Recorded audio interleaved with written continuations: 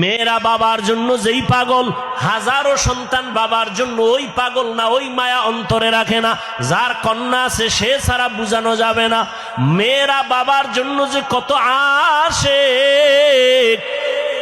বাবা যদি একটু অসুস্থ হয়ে যায় ছেলেরা বিরক্ত হয়, এত অসুস্থ হসপিটালে কে নিবে, কিন্তু মেয়ে যখন শুনে খানা বন্ধ করে দেয়, পাগলের মতো দৌড়ায়। বাবার অসুস্থ খবর পাইয়া বলে আমি আর ঘরে থাকবো না।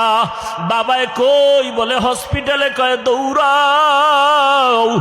ওই মেয়েটা বাবার কাছে যায়, বাবা এত কষ্ট পাইও না, কাঁদিও না। একটা মেয়ে বাবার জন্য এতটাই ফেদা, এতটাই মায়া মোহাব্বত নিয়ে চলে। একটা মেয়ে চায় তার কলিজাটা কাইটা বাবার জন্য দিয়া দিবে। ওই মেয়ে পাইয়া যারা খুশি না, তোমাদের কপাল বড় খারাপ। নবী বলেন একটা কন্যা পাইছো, একটা জান্নাতের মালিক হয়ে গেছো। দুইটা কন্যা পেয়েছো, দুইটা জান্নাতের মালিক হয়ে গেছো। আমার মায়ার নবী ওই চরিত্রহীন মানুষগুলোর জমিনে আইসা আমার নবী তাদের আলিঙ্গন করলেন, বুকে লাগাইলেন। তোমার আমার মতো সি কইয়া বেনামাজিরে তারায়া দেন নাই। আল্লাহর নবী ওরা গালি দেয়, নবী আরো কাছে যায়। ওরা লাত্তি দেওয়ার চেষ্টা করে, নবী আরো কাছে যায়। ওরা গালি দেয়, ওরা বদনাম করে, নবী প্রশংসা করে।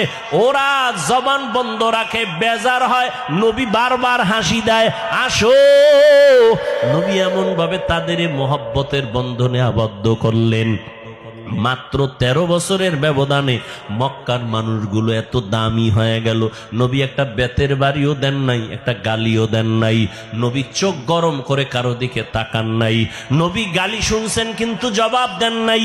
মাত্র 13 বছরের ব্যবধানে এই মক্কার চরিত্রহীন মানুষগুলো এত দামি হয়ে গেল। আল্লাহ জিব্রাইল আমিন রে পাঠায় বলে, যাও লিস্টি দিয়া দিলাম, লিস্টির মধ্যে নাম আছে। নবীকে বলো ঘোষণা দিয়া দেয়, এই লিস্টিতে যাদের নাম আছে সবাই বিনা হিসাবে জান্নাতি। রহমতের নবী অল্প টাইমের ভিতরে মক্কার মানুষগুলোকে জান্নাতি মানুষে পরিণত করে ফেললেন। সুন্দর আখলাক আর ব্যবহার,